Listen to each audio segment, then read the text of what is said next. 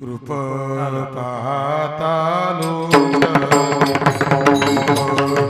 पाहता लोचने, पाहता लोचने, पाहता लोचने, पाहता लोचने, रूप पाहता लोचने, पाहता लोचने, पाहता लोचने, सुख झाले हो साजनी, सुख झाले हो साजनी, विठ्ठल बरवा, विठ्ठल बरवा,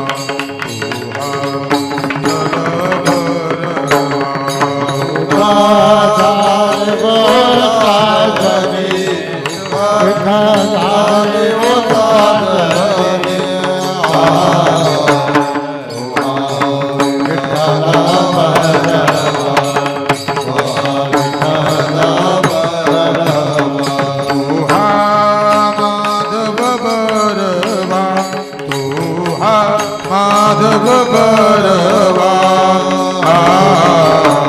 तुहा विठ्ठल बरवा, तुहा विठ्ठल बरवा, माधव बरवा, माधव बरवा,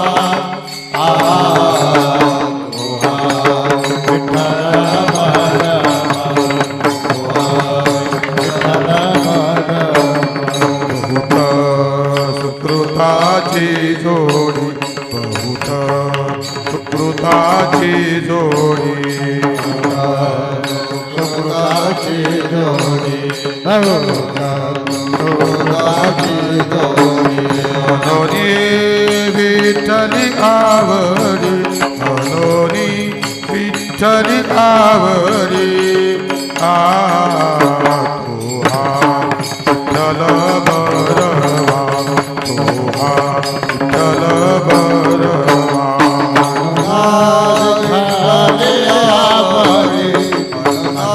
विठ्ठल आवडी, विठ्ठल बरवा, तुहा माधव बरवा, तुहा माधव बरवा, तुहा विठ्ठल बरवा, तुहा विठ्ठल बरवा, माधव बरवा, माधव बरवा, विठ्ठल बरवा, विठ्ठल बरवा, सर्व सुखाचे आगर, सर्व सुखाचे आगर, सर्व सुखाचे आगर, सर्व सुखाचे आगर, सर्व सुखाची आगर, सर्व सुखाची आगर, सर्व सुखाचे आगर, सर्व सुखाचे आगर, सर्व सुखाचे आगर, बापर गोमा देवी बाला, सुखाचे आगर, आपण बाजरी बाला, सर्व सुखाचे आगर, आपण बाजरी बाला, सर्व सुखाचे आगर, आपण बाजरी बाला, तुहा विठ्ठल बरवा, तुहा विठ्ठल बरवा,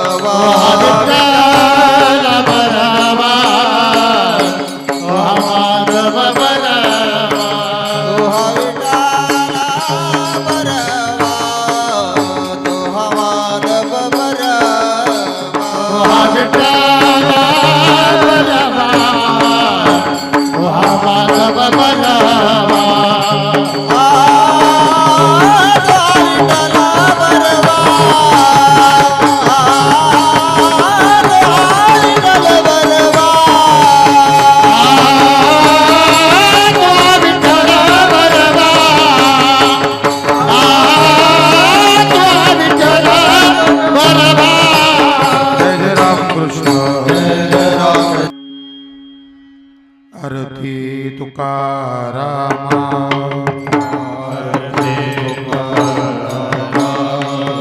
स्वामी सद्गुरु धामा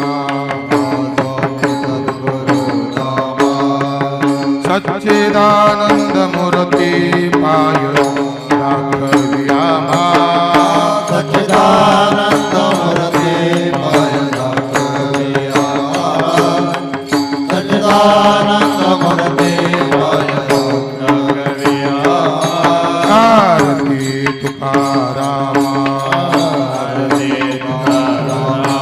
स्वामी सद्गुरु धामा सच्चिदानंद मूर्ती पाय दाखविया मा सच्चिदानंद मूर्ती पाय दाखविया सच्चिदानंद मूर्ती पाय दाखविया राघवे सागरात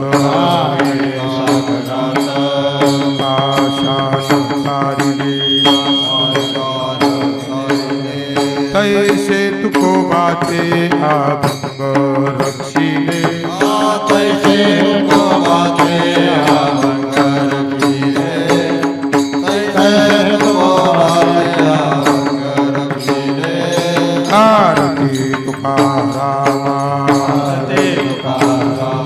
स्वामी सद्गुरु धामा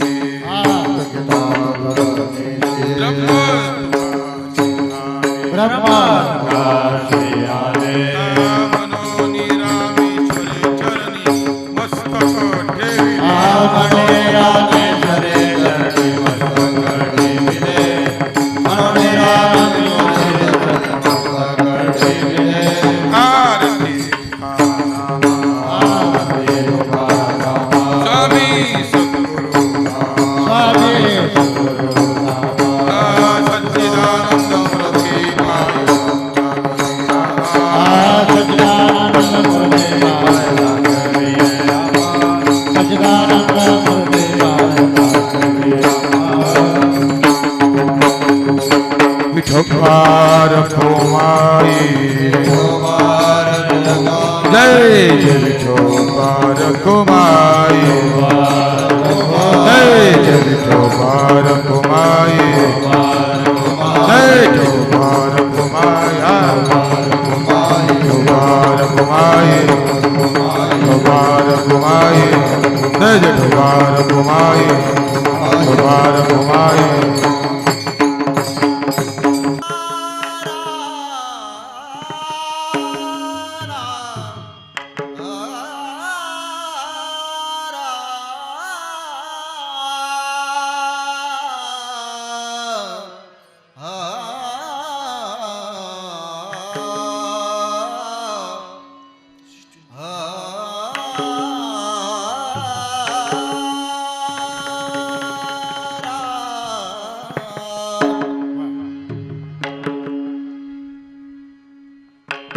आरती तुकारामा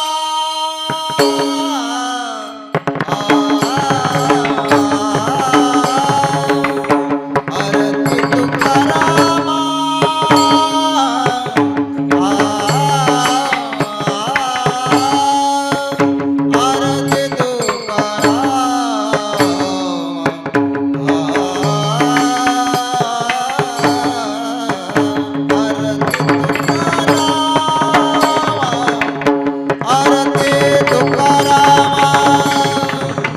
आरती तुकारामा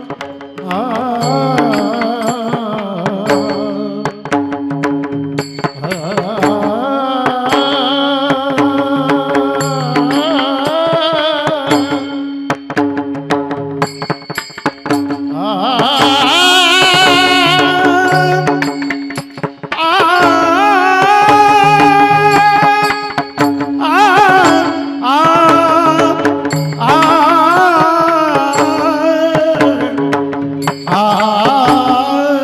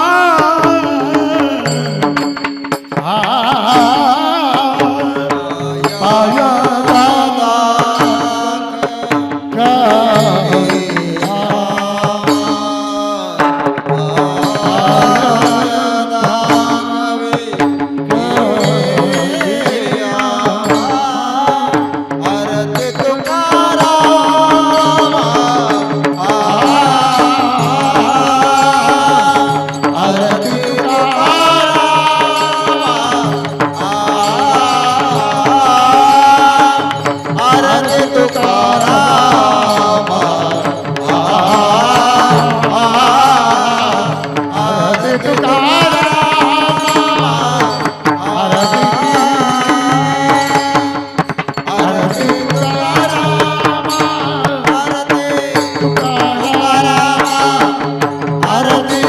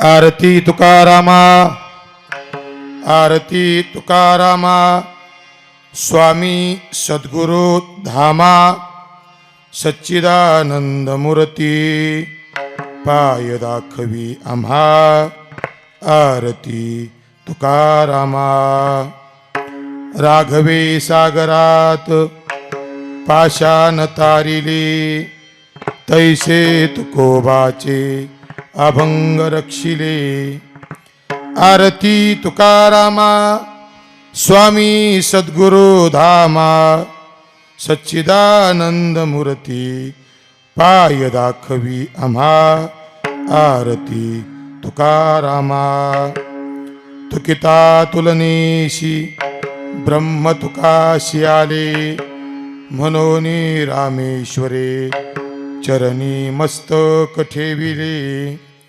आरती तुकारामा स्वामी सद्गुरु धामा सच्चिदानंद मूर्ती पाय दाखवी आम्हा आरती तुकारामा विठ्ठला विठ्ठला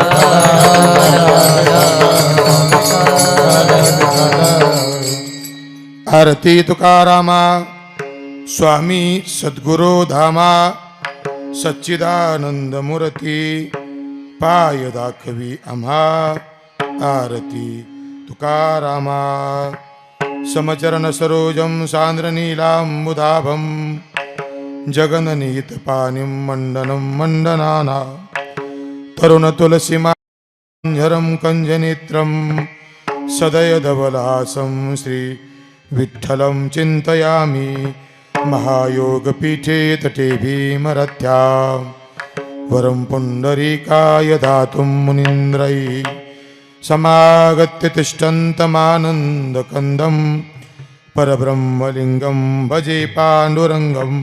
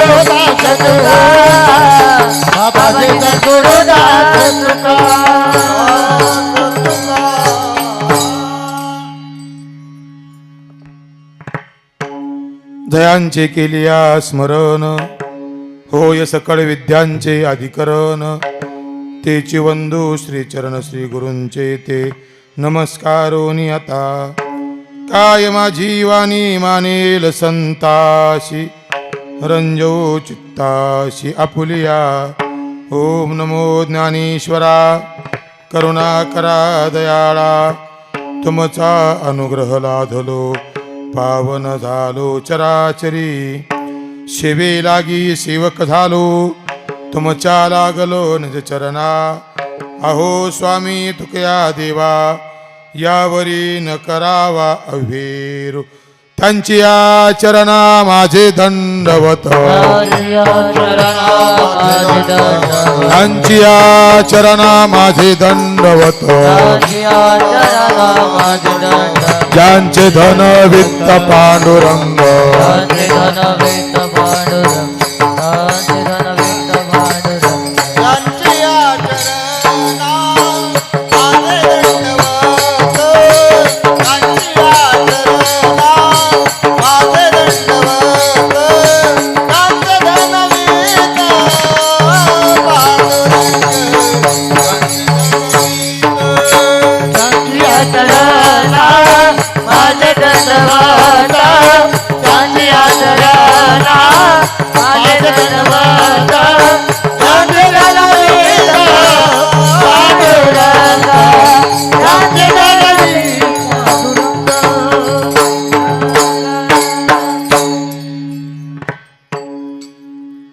आरती तुकारामा स्वामी सद्गुरो धामा सच्चिदानंद मूर्ती पाय दाखवी आम्हा आरती तुकारामा.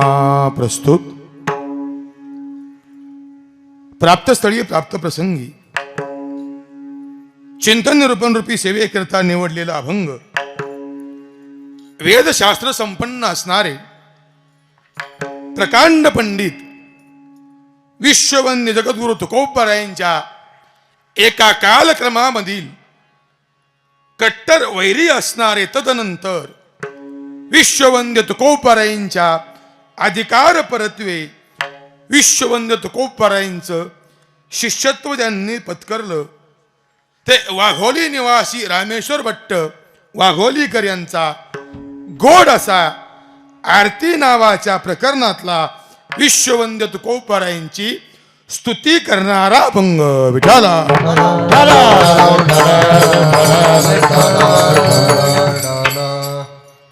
प्रस्तुत अभंगाच्या माध्यमातून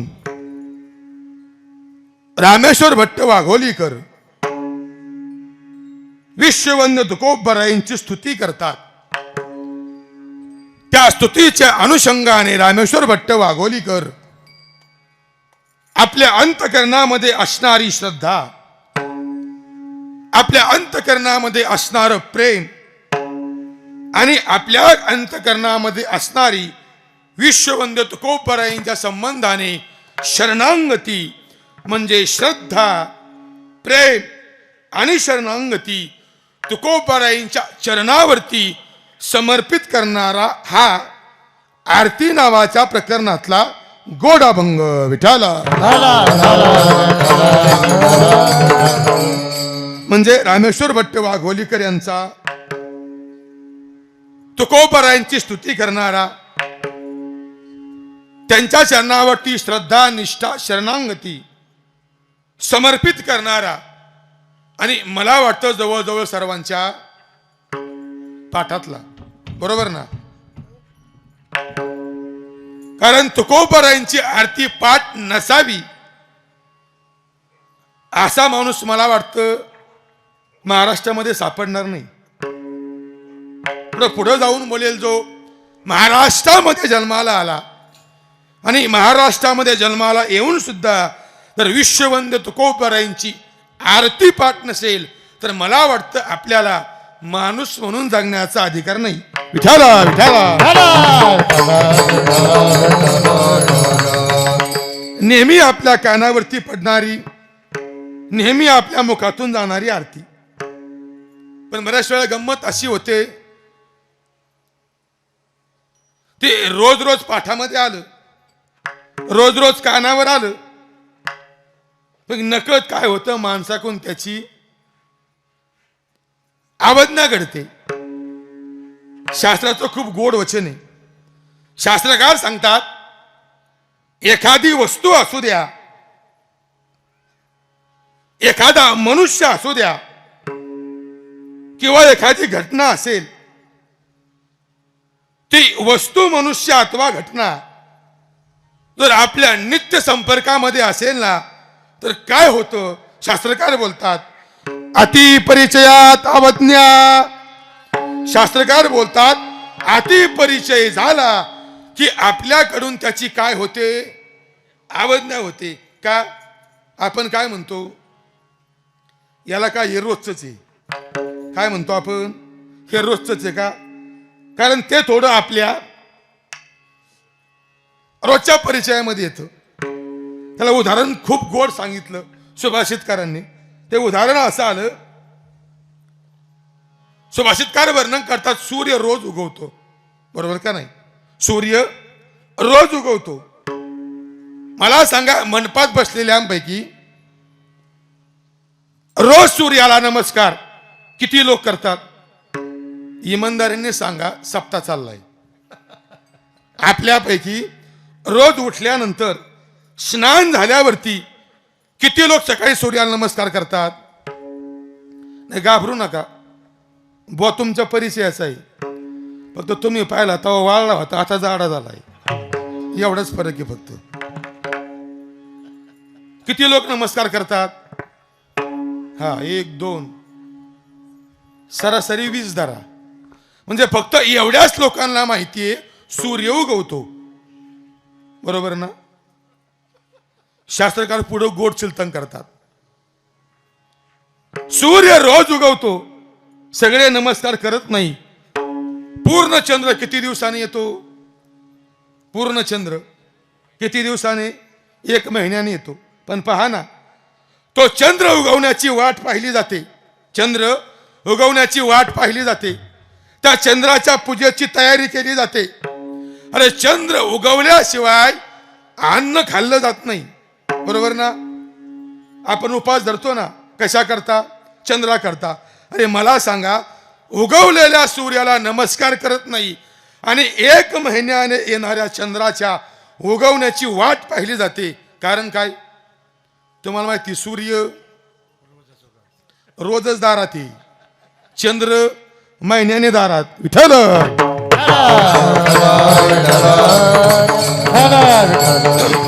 त्यात दोष आपला नाही, दोष आपला नाही. एखादी वस्तू नित्य परिचयात आली की त्या वस्तूचा अनादर झाल्याशिवाय राहत नाही. मला वाटतं बरेचसे अभंग असे आहेत पहा.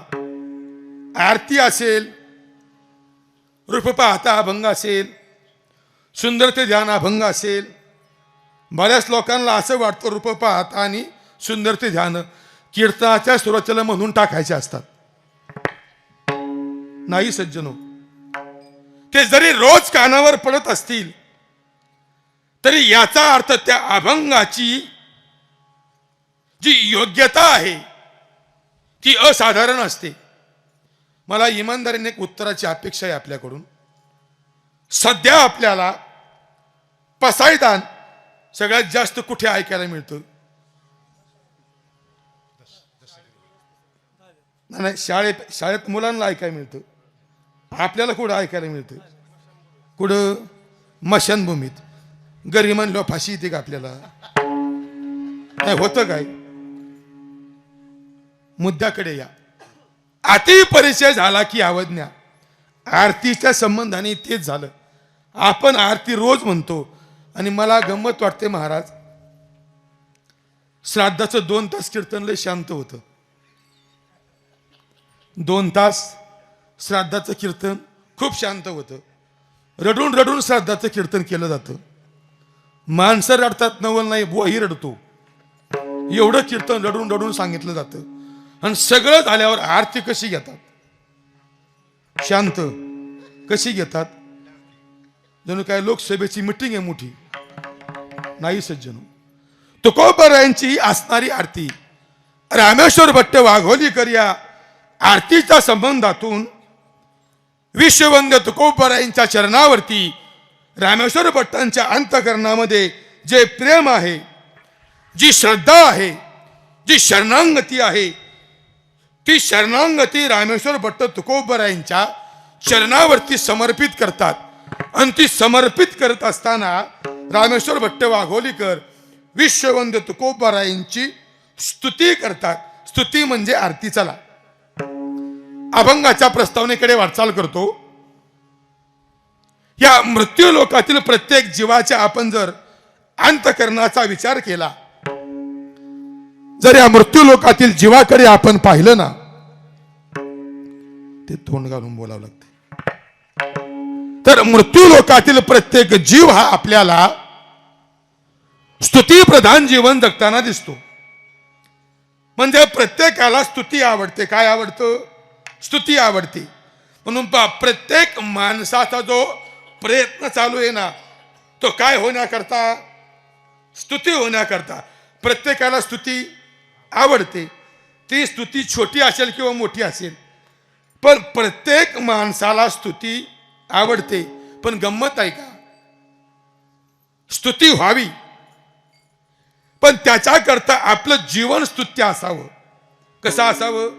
जीवन जर त्या लायकीचं असेल तर स्तुती होण्याला हरकत नाही.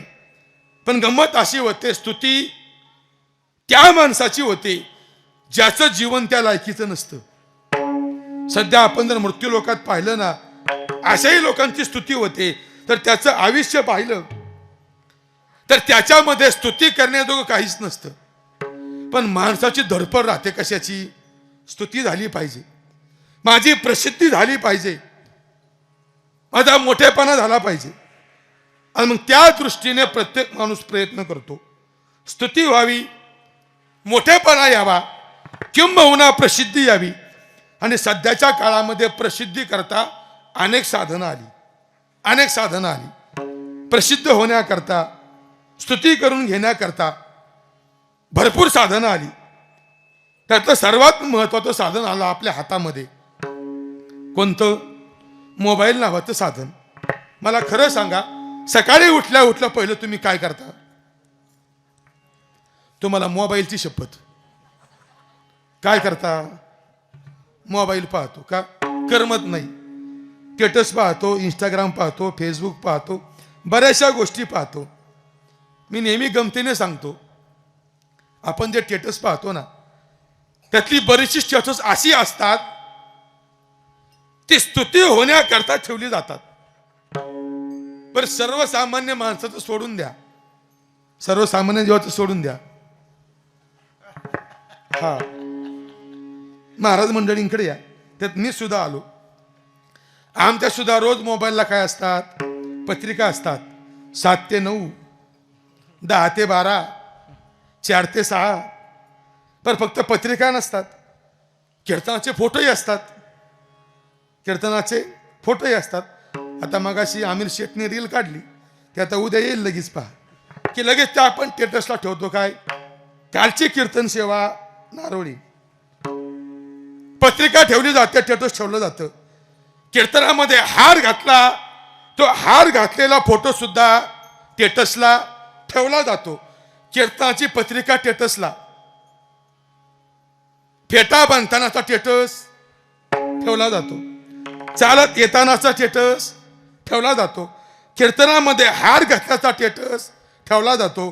कीर्तन सुटलं, सप्ताह कमिटी बरोबर फोटो काढले की स्टेटस ठेवला जातो. आणि खाली लिहिलं जातं, माझ्यावरती नितांत प्रेम करणारी माझी जिवलग मंडळी. माझं दुमत नाही. स्टेटस असावं, पत्रिका असावी, स्टेटसला व्हिडिओ असावेत, स्टेटसला कीर्तनाचे फोटो असावेत. मला वाटतं पण कीर्तनकार ज्या पद्धतीने सप्ताहाची पत्रिका स्टेटसला ठेवतो, कीर्तनाचे फोटो स्टेटसला ठेवतो, त्याबरोबर कीर्तनाचं पाकिट किती घेतलं हे सुद्धा कीर्तनकाराने इमानदारीने स्टेटसला ठेवलं पाहिजे का नाही? तुमचं काय मत आहे? ठेवलं पाहिजे. जर तुला फोटो ठेवता येतो, जर तुला पत्रिका ठेवता येते, जर तुला रील ठेवता येते, तर मग पाकिट ठेवायला काय फाशी येते का? माझ्या मुद्द्याकडे या. हे जे सगळं चाललंय ना, ते कशा करता? फक्त स्तुती व्हावी म्हणून. पण ऐका, स्तुती होण्याकरता जीवन त्या पद्धतीचं असावं लागतं. म्हणून ऐका, स्तुती फक्त 2 व्यक्तीची, एक आहे संत आणि एक आहे भगवंत. स्तुती करण्याच्या योग्यतेची फक्त 2 व्यक्तिमत्व आहेत. एक संत नावाचं व्यक्तिमत्व आणि दुसरं म्हणजे भगवंत नावाचं व्यक्तिमत्व. काय का आपण स्तुतीच्या योग्यतेचे का नाही? आणि संत आणि भगवान परमात्मा स्तुतीच्या योग्यतेचे का? ऐका, स्तुती आहे ना, स्तुती ही गुणाच्या आधाराने राहते. कशाच्या? गुणाच्या आधाराने. स्तुती त्याची होते, कोणाची? ज्याच्याकडे गुण आहेत त्याची. म्हणजे स्तुती ही गुणाच्या आधारावर राहते. म्हणजे गुण असेल तर काय? स्तुती. म्हणजे गुण असावा.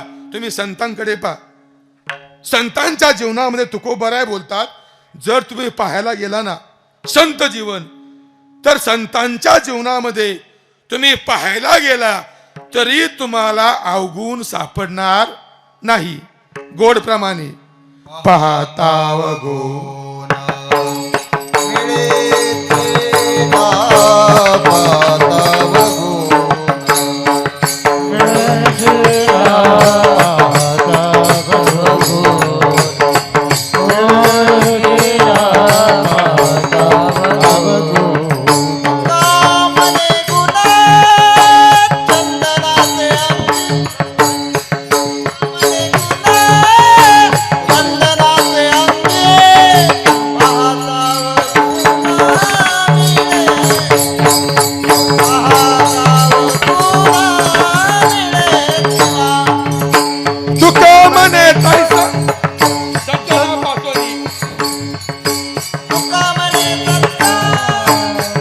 सज्जना पासोनी पाहता गुणा मिळेना पाहता गुणा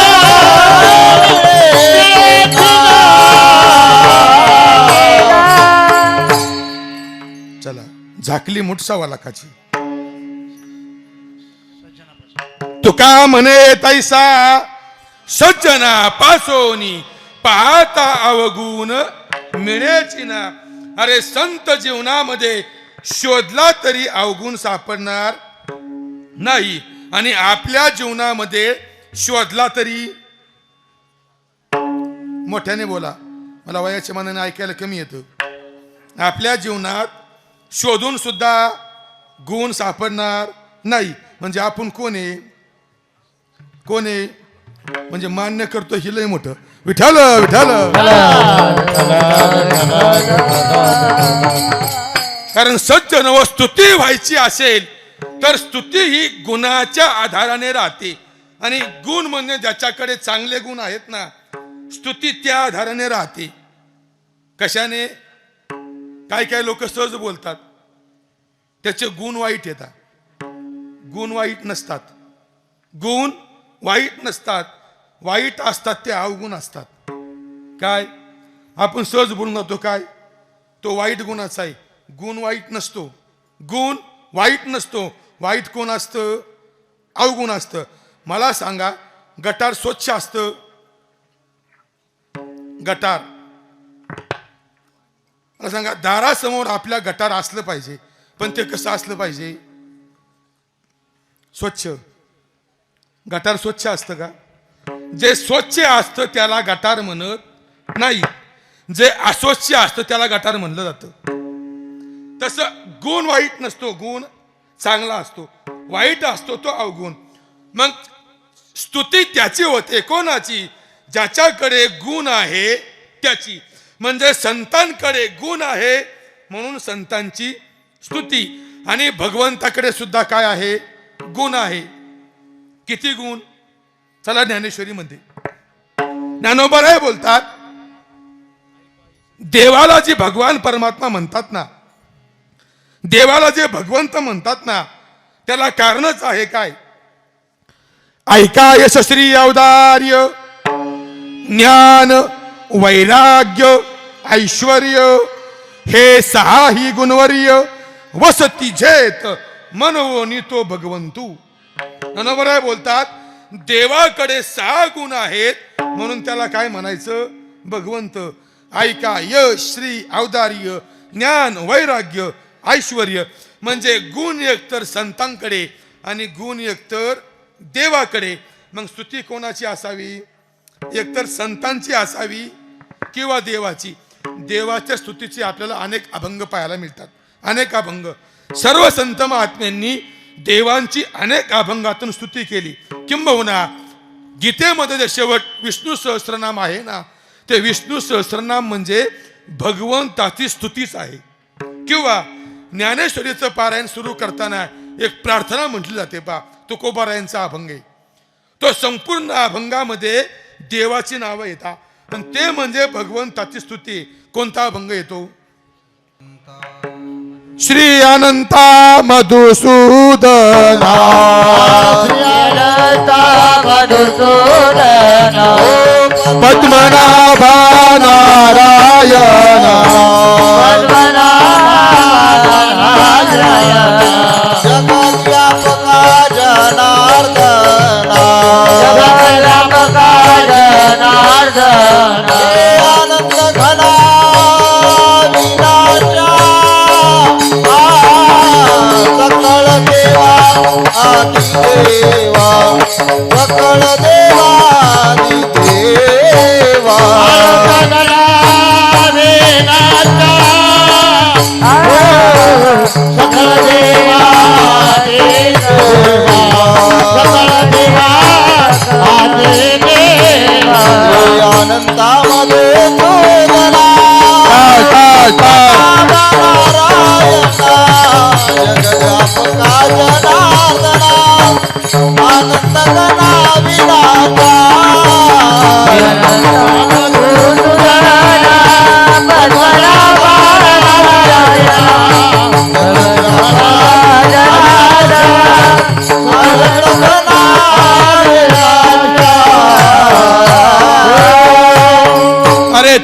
महाराज स्तुती करतात. श्री अनंता मधुसूदना पद्मनाभा नारायणा जगव्यापका जनार्दना आनंद घना अविनाशा. ही भगवान परमात्म्याची काय आहे? स्तुतीचे. स्तुती म्हणजे स्तुती ही गुणाच्या आधाराने राहते. त्याला पुढली गोष्ट ऐका आता. स्तुतीला महत्व त्यावेळेस येतं कधी स्तुती करणारा कोण आहे याच्यावर स्तुती अवलंबून असते. कारण स्तुती करणारा जर योग्य असेल तर त्या स्तुतीला किंमत, जर स्तुती करणारा योग्य नसेल तर स्तुतीला किंमत राहत नाही. म्हणून शास्त्रामध्ये असं एक वचन आलं. शास्त्रकार बोलतात, आईने मुलाचं केलेलं वर्णन योग्य असेल सांगता येत नाही. बायकोने नवऱ्याची केलेली स्तुती योग्य असेल सांगता येत नाही.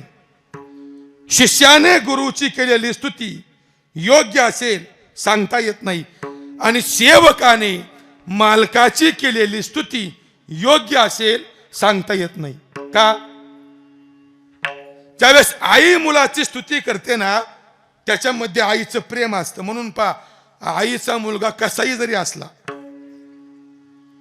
आईचा मुलगा कसाही जरी असला, कसाई जरी असला, मी ही नाही म्हटलं, हा, आईचा मुलगा कसाही जरी असला, आई त्याला वाईट म्हणते का? तुम्ही प्रयोग करून पहा उद्या. एखाद्या आईचं जर मुलगा पियत असेल ना, तुम्ही त्या आईला जाऊन सांगा, का हो तुमचा मुलगा रोज दारू पितो, रोज दारू पितो. ती आई म्हणते, महाराज पोरग चांगले हो पण जोडीदार शेण नाहीत. काय म्हणते आई? पोरग कसं आहे? चांगलंय.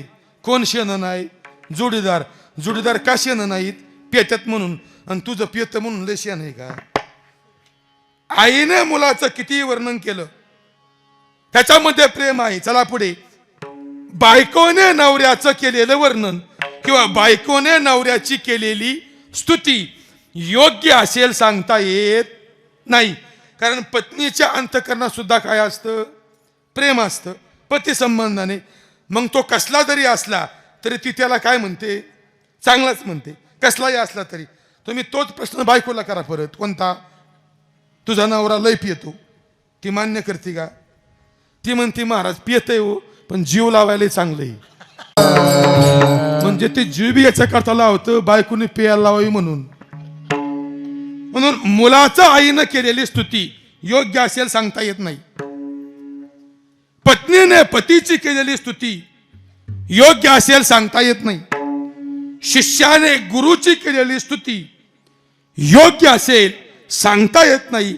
आणि चौथा मुद्दा, सेवकाने मालकाची अथवा राजाची केलेली स्तुती योग्य असेल सांगता येत नाही. त्या बिरबल बादशाहचा एक गोड प्रसंग असा आला. एक दिवस बिरबल बादशाहकडे बसलेला होता. सायंकाळची वेळ झाली, दरबार संपला. बिरबल घरी निघाला. बादशाह म्हणला, थांब, जेवणाची वेळ झाली आहे. बेगमने सुंदर स्वयंपाक बनवलाय, जेवण कर, नंतर जा. बिरबल आणि बादशाह दोघं जेवण करायला बसले. जेवणाचं ताट समोर आलं. ताटामध्ये सुंदर अशी वांग्याची भाजी केली होती, चपाती होती, श्रीखंड होतं, गुलाबजाम होते, कांद्याची भजी होती, बटाट्याची भजी होती, कोथिंबिरीच्या वड्या होत्या, पालकाची भजी होती, तळलेले पापड होते. भूक लागली ना? लय ध्यान देऊन ऐकताय. अरे ताट समोर आलं. राजाने पहिला घास घेतला वांग्याचा, तोंडामध्ये घातला. अरे सुंदर वांग झालं होतं, छान वांग झालं होतं. बादशाहने वर्णन करायला सुरुवात केली. म्हणला बिरबला, अरे काय सुंदर भाजी झाली, काय छान भाजी झाली. अरे भाजी असावी तर अशी भाजी, सगळ्यात चांगली भाजी कोणती असेल तर वांग्याची भाजी. अरे वांग्यासारखी भाजी या जगात नाही, वांग्यासारखी भाजी या जगात नाही. बिरबल म्हणला, महाराज बरोबर आहे, वांग्यासारखी भाजी जगात नाही, उगाच का देवाने वांग्याच्या डोक्यावर छत्री दिली? छत्री असते ना. आता बिरबलाने वर्णन केल्यामुळे बादशाने वांग खाल्लं. एवढं वांग खाल्लं त्या वांग्याने सकाळी पराक्रम दाखवला. पोट खराब झालं. पुन्हा बिरबल आला. बादशाह म्हणला, अरे बिरबला, वांग्यासारखी बेकार भाजी नाही, वांग्यासारखी खराब भाजी नाही. या जगात सगळ्यात खराब भाजी असेल ना तर वांग्याची भाजी. बिरबल म्हणला, बरोबर आहे महाराज, या जगात सगळ्यात बेकार भाजी असेल ना तर वांग्याची भाजी. उगाच का देवाने वांग्याला काटे दिले? बादशाह म्हणला, शियान्या, राती म्हणला वांग चांगलं, आता काय म्हणतो वांग खराब. आता बिरबलाचं उत्तर ऐका. बिरबल म्हणला, महाराज ऐका, मी राती वांग चांगलं म्हणलो, आता वांग वाईट म्हणलो का? ऐका, मी नोकर तुमचा आहे, वांग्याचा नाही. नोकर कोणाचा आहे? मी तुमचा. तुम्ही वांग चांगलं म्हणला, मी वांग चांगलं म्हणलो. तुम्ही वांग खराब म्हणला, मी वांग खराब म्हणलो. म्हणून सेवकाने किती वर्णन केलं तरी ते खरं असेल सांगता येत नाही. विठाल विठाल. म्हणून स्तुती आईनं केली, सत्य असेल सांगता येत नाही. स्तुती बायकोने केली, सत्य असेल सांगता येत नाही. स्तुती शिष्याने केली, सत्य असेल सांगता येत नाही. स्तुती नोकराने केली, सत्य असेल सांगता येत नाही. आणि महाराज 5 एक मी मनाने जोडले. सध्या मनाने जोडले. लोकांनी किती म्हणलं, महाराज तुझं कीर्तन लय चांगलं होतं, लोकांनी केलेली स्तुती खरी असेल असं महाराजांनी मरेपर्यंत समजायचं नाही. म्हणून स्तुतीला किंमत त्याच वेळेस कधी ऐका. जो स्तुती करतो ना तो सुद्धा त्या योग्यतेचा असावा, आणि ज्याची स्तुती करायची ना तो सुद्धा त्याच योग्यतेचा असावा. मग त्या स्तुतीला किंमत. अरे संतांचं वर्णन करायचं असेल, संतांची स्तुती करायची असेल तर कुणी करावी? संताचा महिमा. संताचा महिमा संतची जाणती. संताचा महिमा संताची जाणती. संताचा महिमा संतची जाणती. संताचा महिमा संताची जाणती. दुर्लभयागती दुर्लभयागती अनेकांची. दुर्लभयागती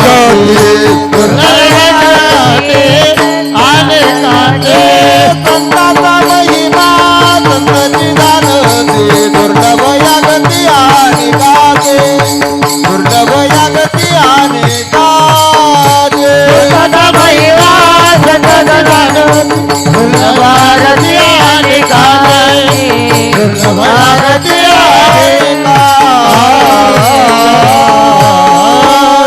संताचा महिमा संतची जाणती. दुर्लभया गती अनेकांची. किंवा तुका म्हणे अंगे व्हावे ते आपण, तरीच महिमान येईल कळो. म्हणजे स्तुती करण्याकरता समोरचा सुद्धा कसा असावा? त्या योग्यतेचा असावा. मला सांगा, संसाराची स्तुती कुणी करावी? जो अखंड ब्रह्मचारी आहे त्याने. बरोबर ना? संसाराची स्तुती कुणी करावी? ब्रह्मचार्याने, ज्याने संसार केला त्याने. म्हणून ऐका, स्तुती याचे 3 विकल्प मी आपल्या समोर मांडलो. पहिला विकल्प आहे स्वस्तुती, दुसरा विकल्प आहे परस्पर स्तुती, आणि तिसरा विकल्प आहे सत्यस्तुती. या सत्यस्तुती विकल्पामधून आपल्याला अभंगात प्रवेश करायचा आहे. का पहिली आहे स्वस्तुती. काही मंडळींना स्वतःच्या मुखाने स्वतःचं वर्णन करायची सवय लागली. काही माणसं स्वतःच्या मुखाने स्वतःचा मोठेपणा सांगतात. वैकुंठवासी गुरुवर्य कीर्तन केसरी महादेवजी महाराज जगताप बीड, तुम्ही त्यांचे कीर्तन ऐकले की नाही मला माहीत नाही, पण त्या माणसासारखा परखड बोलणारा महात्मा मी अजून संप्रदायात पाहिला नाही. कीर्तन कसं असावं, कीर्तनाची परंपरा कशी असावी, खूप गोड मांडायची ते. त्यांचा एक गोड ऐकलेला दृष्टांत आपल्या समोर मांडतो. माणूस आपल्या मुखाने आपली स्तुती कशी करतो. बाबा सांगायचे, असं कीर्तनाला गेलं की माणसं आम्हाला चहा पिण्याकरता घरी घेऊन जातात. मोठा 2-3 मजला बंगला असतो, शेती असते, आणि मग तो मुलगा घरी घेऊन गेला की लगेच चहा पाजित नाही. आधी काय करतो, बरोबर आहे, आधी काय करतो, तो घर फिरून दाखवतो. बरं आम्हालाही फिरावं लागतं का, चहा प्यायचा असतो. बरं तो सुरुवात करतो टेरेस पासून, 2-3 मजले चढून वर नेतो. महाराज हे टेरेस आहे, ही पाण्याची टाकी, हा जिना, नंतर दुसऱ्या मजला दाखवतो, खोल्या दाखवतो, खालच्यामध्ये येतो, हा हॉल आहे, हे देवघर आहे, हे किचन आहे, हे तुळशी वृंदावन आहे, हे सगळं दाखवतो. आणि नंतर म्हणतो, महाराज बापाच्या काळामध्ये राहायला सपार नव्हतं, हा बंगला या पठ्ठ्याने बांधला. त्यांची भाषा आहे बाबांची. महाराज समोर जमीन दिसते ना, बापाच्या काळात गुंठा नव्हता, 50 एकर जमीन या पठ्ठ्याने घेतली. दारामध्ये फॉर्च्युनर गाडी. महाराज बापाच्या काळात फिरण्याकरता सायकल नव्हती, दारातली फॉर्च्युनर ह्या पठ्ठ्याने घेतली. तो म्हणतो, महाराज बंगला मी बांधला, बापाचं काही नाही. जमीन मी घेतली, बापाचं काही नाही. फॉर्च्युनर गाडी मी घेतली, बापाचं काही नाही. बाबा म्हणायचे, बाळा बंगला तू बांधला असेल, बापाचं काही नाही. जमीन तू घेतली असेल, बापाचं काही नाही. गाडी तू घेतली असेल, बापाचं काही नाही. पण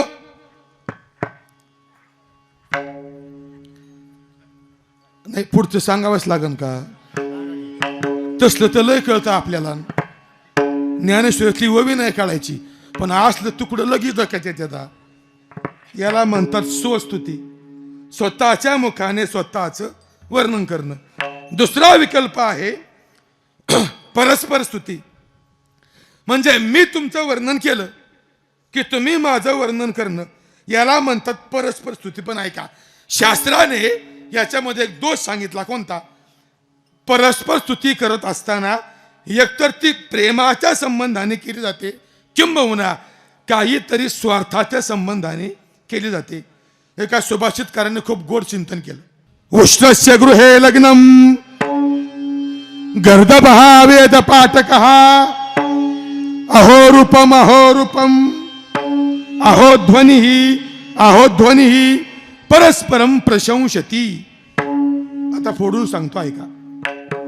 तो सुभाषितकार चिंतन करतो. लग्न होतं, लग्न कोणाचं? तो म्हणतो उष्णस्य गृहे लग्नम, म्हणजे लग्न उंटाचं. लग्न कोणाचं? उंटाचं. आणि तो म्हणतो उंटाच्या लग्नामध्ये मंगलाष्टक म्हणण्याकरता गाढव. लग्न कोणाचं? उंटाचं. मंगलाष्टका म्हणणारा कोण? गाढव.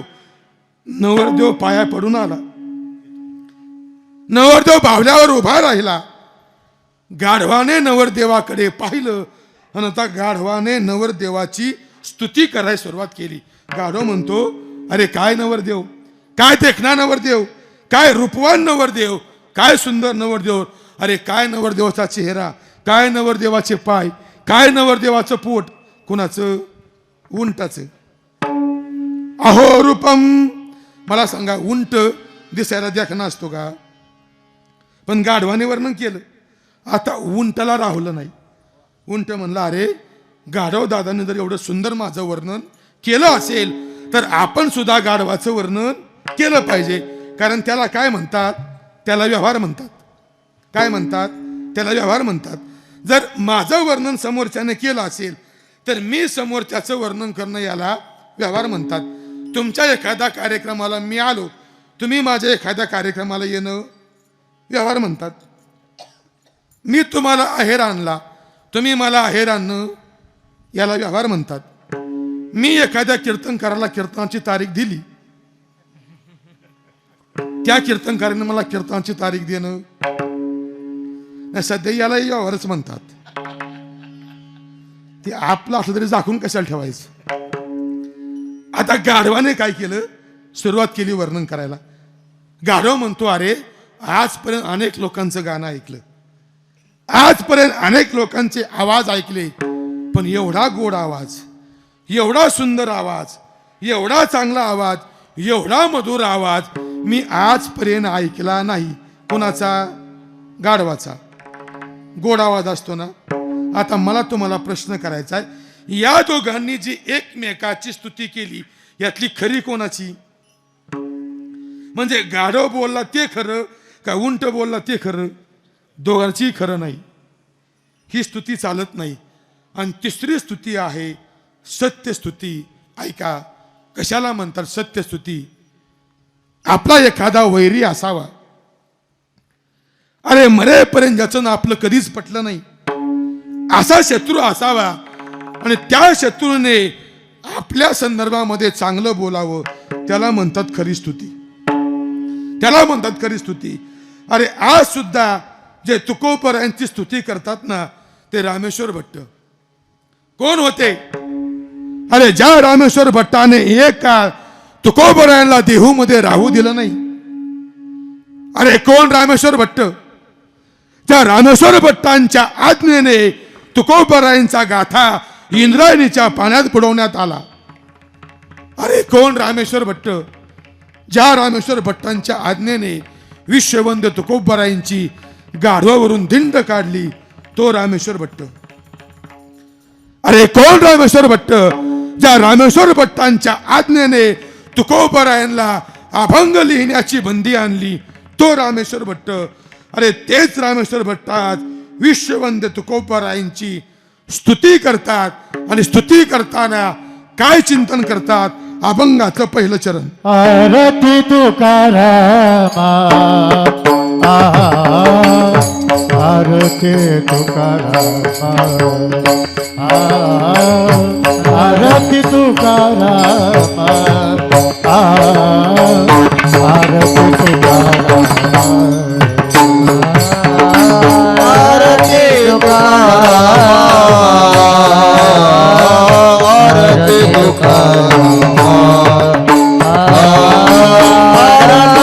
तुकारामा, आरती तुकारामा. स्वामी सद्गुरुदाना, स्वामी सद्गुरुदाना, स्वामी सद्गुरुदाना, स्वामी सद्गुरुदाना, स्वामी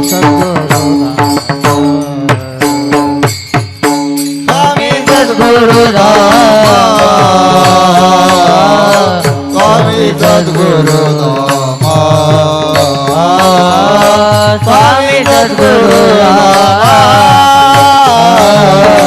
स्वामी सद्गुरुनामा. सच्चिदानंद मूर्ति, सच्चिदानंद सच्चिदानंद मूर्ति, सच्चिदानंद सच्चिदानंद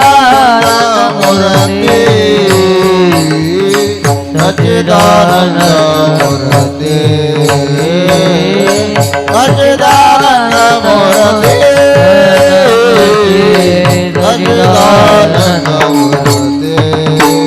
पायदा कवे आपा, पायदा कवे आपा, आरती तुकारामा, आरती तुकारामा, आरती तुकारामा, आरती तुकारामा. पायदा कवे पायदा कवे आरती तुकारामा, आरती तुकारामा, आरती तुकारामा, आरती तुकारामा.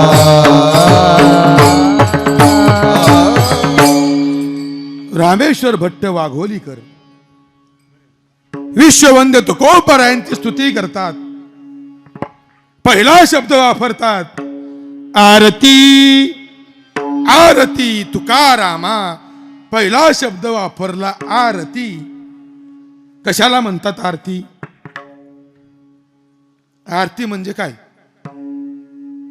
आपण रोज आरती करतो ना, आपण अनेक वेळा आरती पाहिली. कशाला म्हणतात आरती?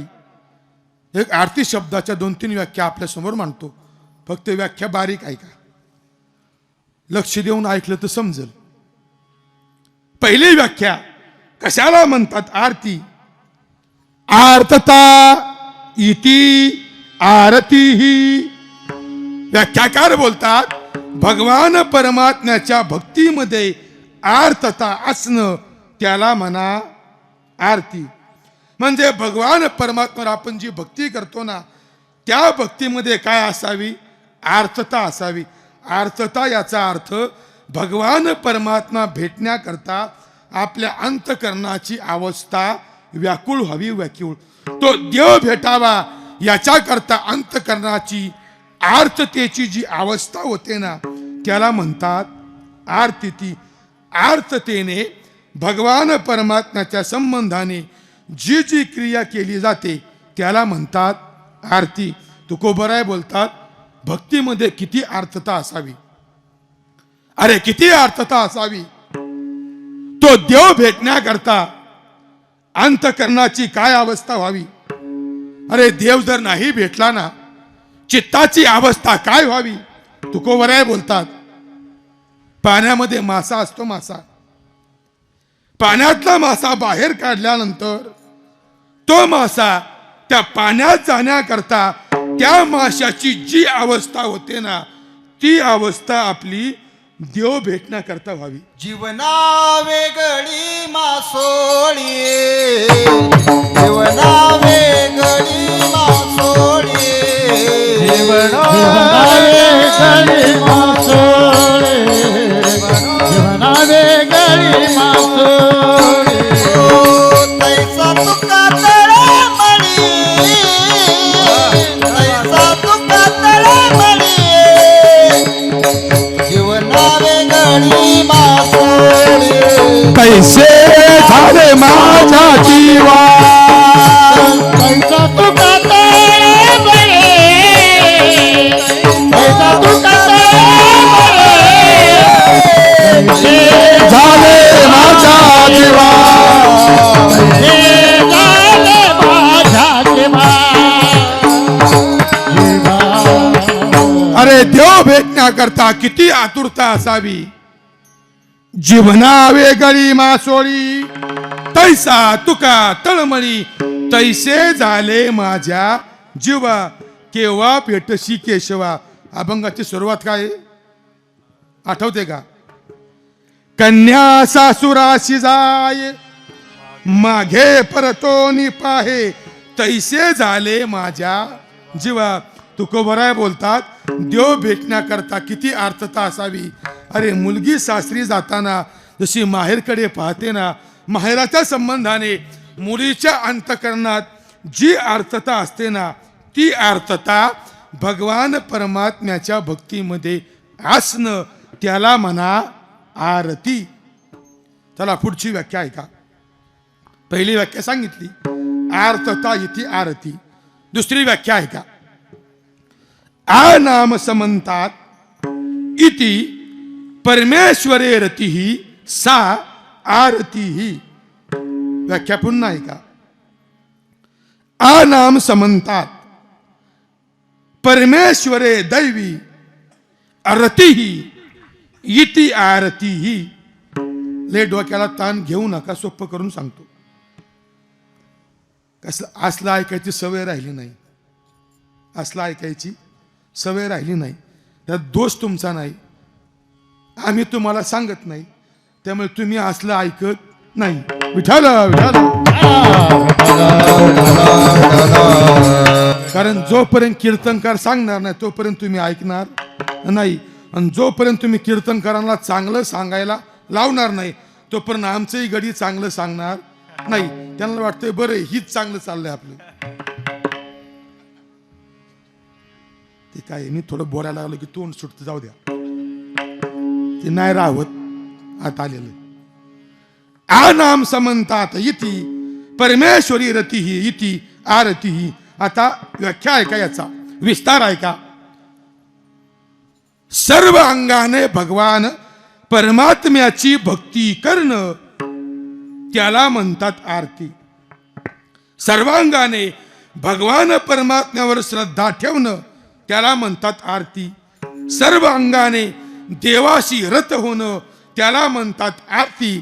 सर्वांगाने देवावरती प्रेम करणं याला म्हणतात आरती. विठाला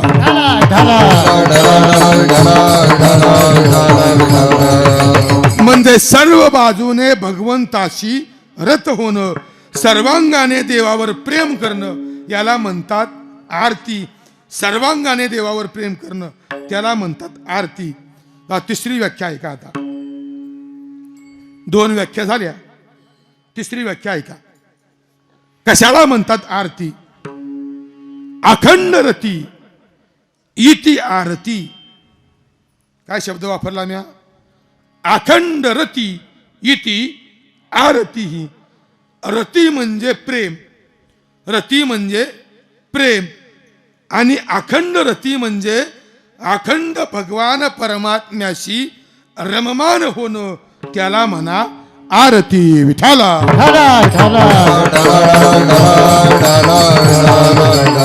भगवान परमात्म्यावर अखंड प्रेम करणं त्याला म्हणतात आरती. म्हणजे जे प्रेम करायचं ना ते फक्त देवावर करायचं.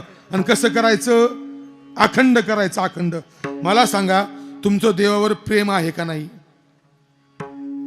तुमचं देवावर प्रेम आहे का नाही. गंमत वाटते मला. म्हणजे तुम्हालाही विश्वास नाही काय की आपलं देवावर प्रेम आहे का नाही. बरं जाऊ द्या, देवाचं जाऊ द्या, देवाचं मातीच जाऊ द्या. चला, तुमचं संसारावर प्रेम आहे का नाही. नाही, आता तरी इमानदारी दाखवा ना. समजा देवावर तुमचं प्रेम आहे का नाही मला माहित नाही, पण संसारावर प्रेम आहे का नाही. आहे ना. आहे ना. आहे. आता पुढचा प्रश्न मला करायचा आहे. तुमचं संसारावर प्रेम आहे, अखंड आहे का. तुम्ही म्हणता याला बोलून ताण झाला गड्या. साधी व्याख्या आहे. तुम्हाला काय श्लोक विचारला नाही, ज्ञानेश्वरीतली ओवी विचारली नाही, तुकोबरायांचा अभंग. फक्त काय प्रश्न केला, तुम्ही जे संसारावर प्रेम करताय ते प्रेम अखंड आहे का. नाही सज्जनो, तुम्हाला ज्ञानोबरांची ओवी देईल मी सुद्धा. संसारावर जे प्रेम, देवावर आपलं अखंड प्रेम नाही यात नवल नाही. नाही नवल, कारण आपल्याला देवाचा सहवास नाही. अरे पण ज्या संसारावर आपण नितांत सहवासात आहे त्या संसारात सुद्धा आपलं अखंड प्रेम नाही. काय का संसारामधल्या आपल्या प्रेमाच्या जागा ह्या एक राहत नाही, त्या जागा बदलतात. काय बोललो मी. संसारातल्या प्रेमाच्या जागा आपल्या स्थिर राहत नाहीत, त्या जागा बदलतात. कशा आहे का. ज्ञानोबरांची ओवी सांगतो. ज्ञानोबराय बोलतात संसारातलं प्रेम कसं. पहिल्या बाळदसे आई बाप हे चिपिशे ते सरे मग स्त्री मांशे भुलोनी ठाके. ज्ञानोबरांची भाषा. माणसं संसारावर प्रेम कसं करतात माऊलींनी सांगितलं. पहिल्या बाळदसे.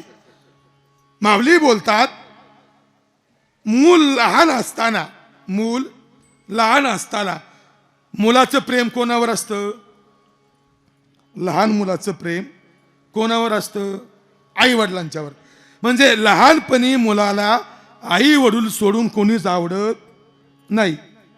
लहानपणी कोणावर प्रेम. आई वडिलांवर. पहिलिया बाळ दसे आई बाप ह्याची पिसे. ज्ञानोबराय बोलतात लहान वयामध्ये मुलाला आई वडिलांशिवाय कोणीच आवडत नाही. मला पुढचा प्रश्न करायचा आहे, किती दिवस. मुलाला आई वडील आवडतात किती दिवस? मला माहिती आहे तुम्ही ब्रह्मचारी नाहीत, तुम्ही संन्यासी नाहीत, तुमची सगळ्यांची लग्न झालीत. मला सांगा मुलाला आई वडील कुठवर आवडतात? एकदा डोक्याला तडाखा बसला अक्षदाचा. मी बोलत नाही, ज्ञानोबराय बोलतात. ते सरे ते सरत कोणतं? आई बाप हेची पिशे ते सरे, म्हणजे आई वडिलांच्या वरचं प्रेम सरत म्हणजे कमी होतं, सरत म्हणजे पाठीमागे जातं. आणि कुठं येतं? मग स्त्री मांशे भुलोनी ठाके. ज्ञानोबराय बोलतात आता आई वडिलांच्या वरचं प्रेम कुठं ट्रान्सफर झालं? बायकोवर. सगळ्यांचंच आहे, माझ्या सहित. म्हणजे मी तुम्हाला विचारतोय असं नाही, मी बी काय ब्रह्मचारी नाही, 2 पोरं आहेत मला बी. हा, सगळ्यांचं सारखंच आहे. हा, एकदा पत्नी घरामध्ये आली की ते प्रेम कुठवर आलं?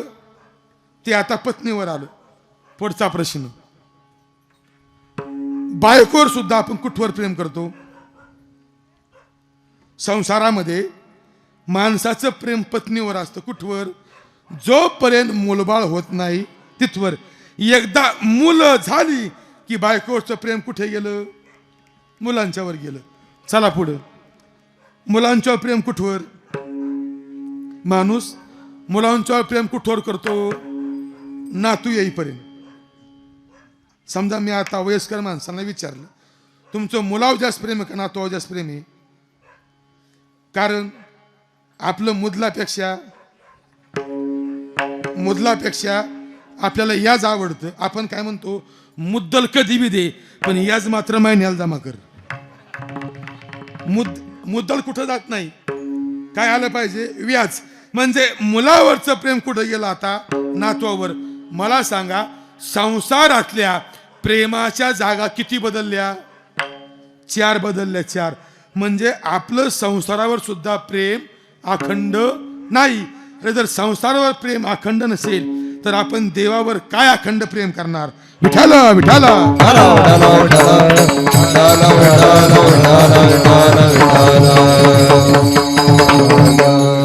म्हणून कशाला म्हणतात आरती?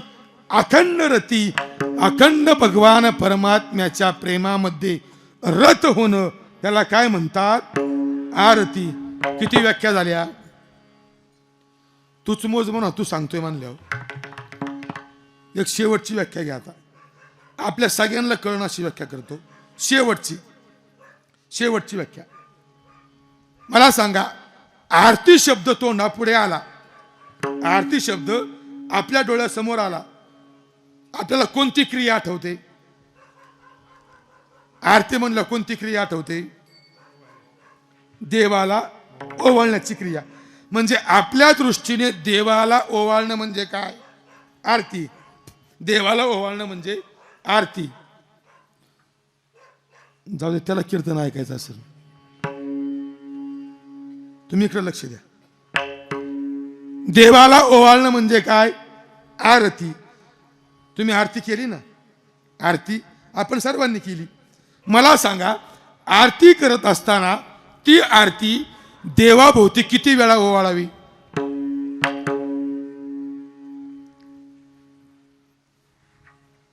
ओवाळतो ना आपण, किती वेळा ओवाळतो? एवढं कुठं ध्यान आहे म्हणा आमचं उरकायचं पडलंय.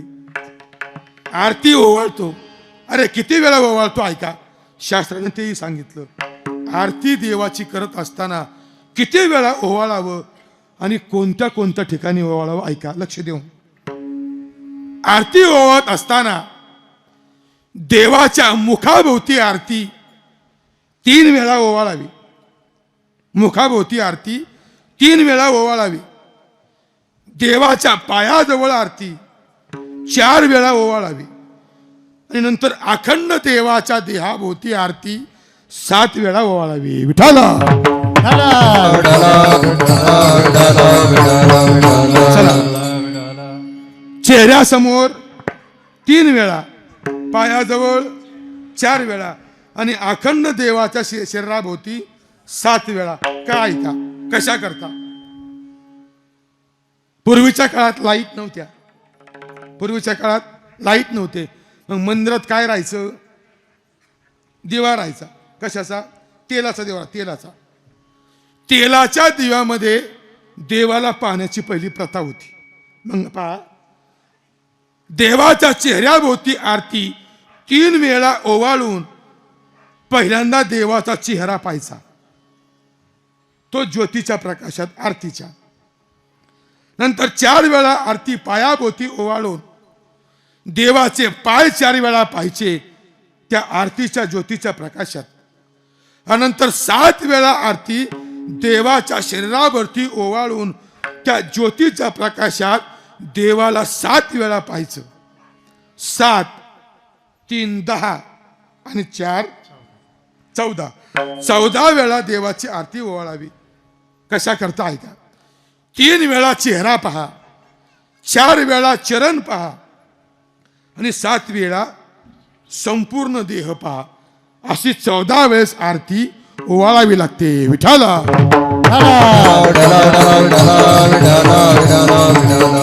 ऐका, ही झाली सामान्य आरती. ही आपण करतो ती आरती. आता पहा, या आरतीचा अर्थ काय? या आरतीत सुद्धा ज्योत असते. या आरतीत सुद्धा ज्योत असते, पण ती ज्योत कोणती ऐका. ती ज्योत त्या तेलामधली नाही. आपल्या अंतकरणामध्ये, आपल्या शरीरामध्ये जी एक अंतकरण नावाची ज्योत आहे ना, प्रत्येकाच्या देहामध्ये एक अंतकरण नावाची ज्योत आहे आणि ती ज्योत भगवंताच्या प्रेमावर चालते. कशावर चालते? जसं या दिव्यात तेल ओतल्याशिवाय दिवा लागत नाही, म्हणजे त्या दिव्यात तेल ओतलं तर दिवा पेटतो. तसं ऐका, ही अंतकरण रूपी ज्योत, प्रेमाचा दिवा, त्या अंतकरण रूपी ज्योतीने सर्वात प्रथम देवाचा चेहरा पाहायचा. या अंतकरण रूपी ज्योतीमध्ये नंतर 4 वेळा देवाचे पाय पाहायचे आणि या अंतकरण रूपी ज्योतीमध्ये 7 वेळा देवाचं शरीर पाहायचं.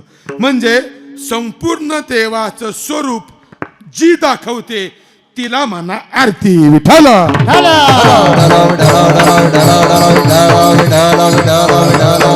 सगळ्यात सोपी व्याख्या, जी आपल्याला देवाचं स्वरूप दाखवते ना तिला काय म्हणा?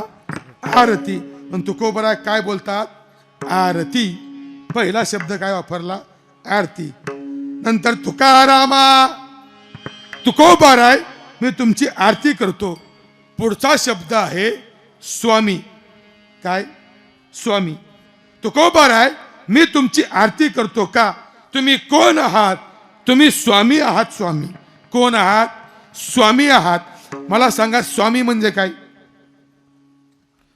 मी तुम्हाला प्रत्येक गोष्ट फोडून फोडून सांगतोय. आपल्याला सगळी आरती सुटली नाही तरी चालेल. 11 वाजेपर्यंत जेवढं होईल तेवढं होईल. आरती शब्द समजला. कुणाला म्हणतात स्वामी? तुम्हाला नाही कळायचं. तुम्ही स्वामी कुणाला म्हणता? नका लाजू, सांगा. काय 1000 माणसात लग्न केलं काय लाजायचं त्याला? कुणाला म्हणतात स्वामी? ज्याच्याबरोबर लग्न केलं त्याला काय म्हणतात?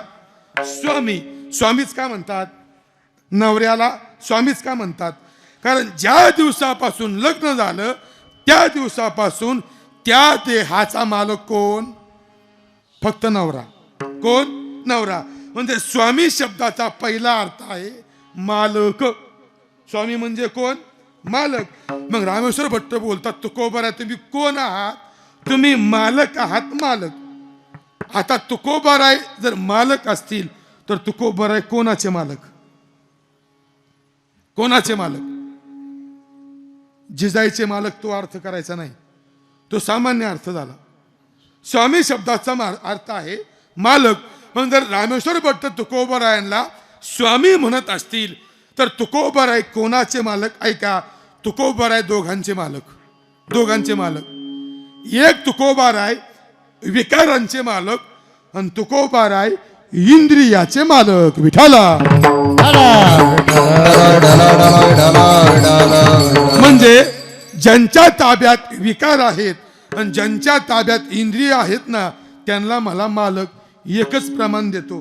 त्या एकाच प्रमाणामध्ये या दोनही विकारांचं आणि इंद्रियाचं स्वामित्व तुकोबारांचं सिद्ध झालं. काम क्रोध बंदी खाणी कामक्रोध बंदे खाणे तुका म्हणे दिले दोन्ही तुका म्हणे दिले दोन्ही इंद्रियाचे धनी इंद्रियाचे धनी आम्ही झालो गोसावी आम्ही झालो गोसावी आम्हाला गोसावी आम्हाला गोसावी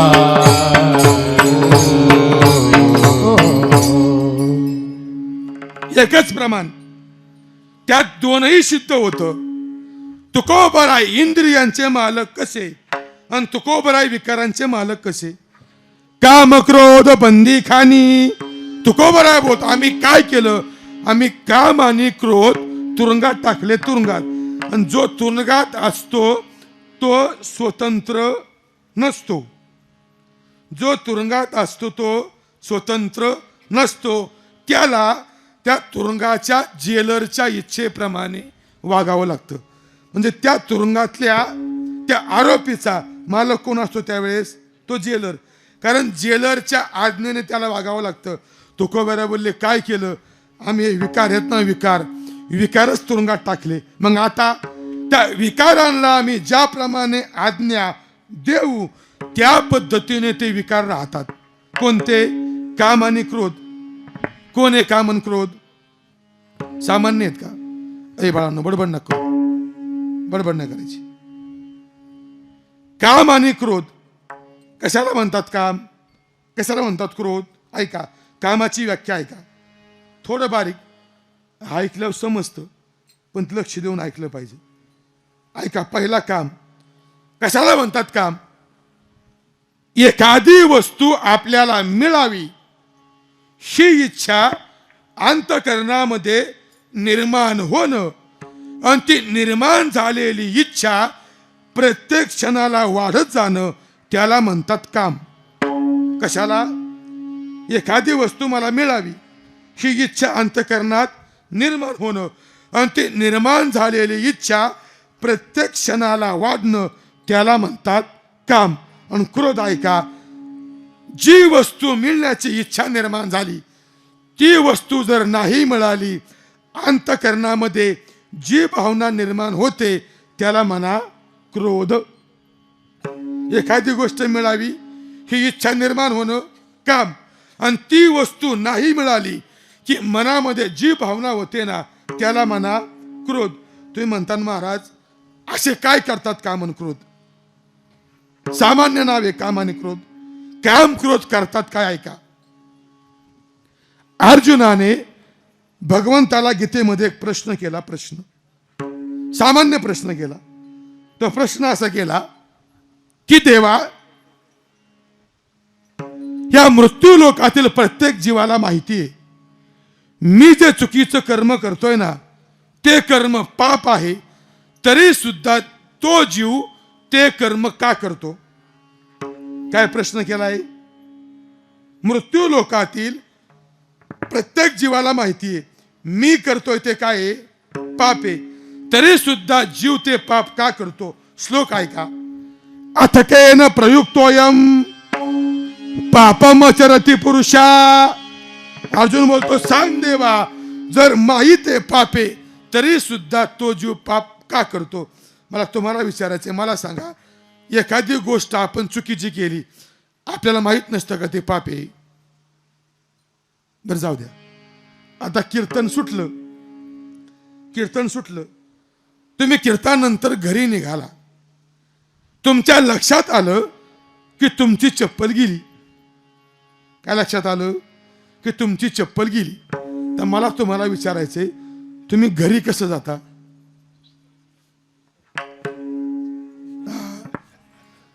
तुमची चप्पल गेल्यावर तुम्ही मंडपातून घरी कसं जाता. आणवानी काय कामावले आपण, आणवानी घरी गेल्यावर काय करतो आपण, आपल्या मापाची बघतो. आणि मला सांगा, मंडपातून चप्पल नेणं पाप आहे आपल्याला माहित नाही का. माहिती आहे ना. की मंडपातून चप्पल चोरून नेऊ नये. काय आहे? पाप आहे. आपल्याला माहिती आहे, तरी आपण करतो का नाही? करतो का नाही? करतो ना. तोच प्रश्न केलाय अर्जुनाने.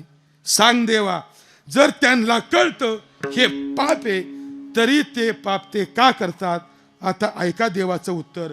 याच श्लोकाच्या खाली श्लोक आला. देव म्हणतो, ऐक अर्जुना, ते पाप करण्याची त्यांची इच्छा नसते, ते पाप करावं त्यांना वाटत नाही, पण अरे अर्जुना, ते पाप त्यांना कुणीतरी करायला लावतं. ते पाप त्यांना कुणीतरी करायला लावतं. अर्जुन विचारतो, सांग देवा, कोण करायला लावतं? उत्तर दिलं देवाने, कामयेश, क्रोधयेश, रजो गुणो समुद्भव. हा देव म्हणतो, माणसाच्या मनात असणारा काम आणि क्रोध त्याला ते पाप करायला लावतो. म्हणजे काय करतात काम आणि क्रोध? आपल्याला प्राप्त करायला प्रवृत्त करतात. पण तुकोबराय बोलतात, असे काम क्रोध आम्ही काय केले? बंदीखान्यात टाकले. म्हणून विकारांचे मालक आणि दुसरं इंद्रियांचे मालक. का? कारण आपण इंद्रियांच्या ताब्यात आहोत आणि इंद्रिय तुकोबरायांच्या ताब्यात. मला सांगा, आपल्या ताब्यात इंद्रिय आहेत का आपण इंद्रियाच्या ताब्यात आहोत? कसं आहे आपलं? आणि जर आपल्या ताब्यात इंद्रिय असती तर शुगर असून सुद्धा आपण गोड खाल्लं. समजा आपल्या ताब्यात इंद्रिय असती, आपल्याला माहिती आपल्याला शुगर आहे, डॉक्टरने काय सांगितलंय? मरेपर्यंत जगायचं असेल तर साखर खाऊ नको, तरी सुद्धा काय होतं? आपण खातो. याचा अर्थ आपल्या ताब्यात इंद्रिय नाहीत. चष्मा लागला तरी आपण मोबाईल पाहायचं सोडतो का? सोडतो का? नाही सोडत. म्हणजे आपल्या ताब्यात इंद्रिय नाही. ऐकायला जरी नाही आलं तरी सुद्धा आपण तमाशाला जायचं सोडतो का? कीर्तनाला येत नाही तो भाग वेगळा, पण तमाशाला जायचं सोडतो का? याचा अर्थ आपल्या ताब्यात इंद्रिय नाहीत. इंद्रिय नाहीत. पण तसं नाही. तुकोबराय बोलतात, आमचं तसं नाही. आम्ही डोळ्यांना सांगितलं ना देवाला पाहायचं, आमचे डोळे देवच पाहतात. आम्ही तोंडाला आज्ञा केली ना, या तोंडाने देवाचं नावच घ्यायचं, अरे आमचं तोंड देवाचं नावच घेतं. आमच्या कानाला आम्ही आज्ञा केली ना की आमच्या कानाने फक्त भजन ऐकायचं, आमचं कान फक्त भजनच ऐकतात. म्हणून तुकोबराय कोण आहेत? स्वामी आहेत. स्वामी विठ्ठल विठ्ठल.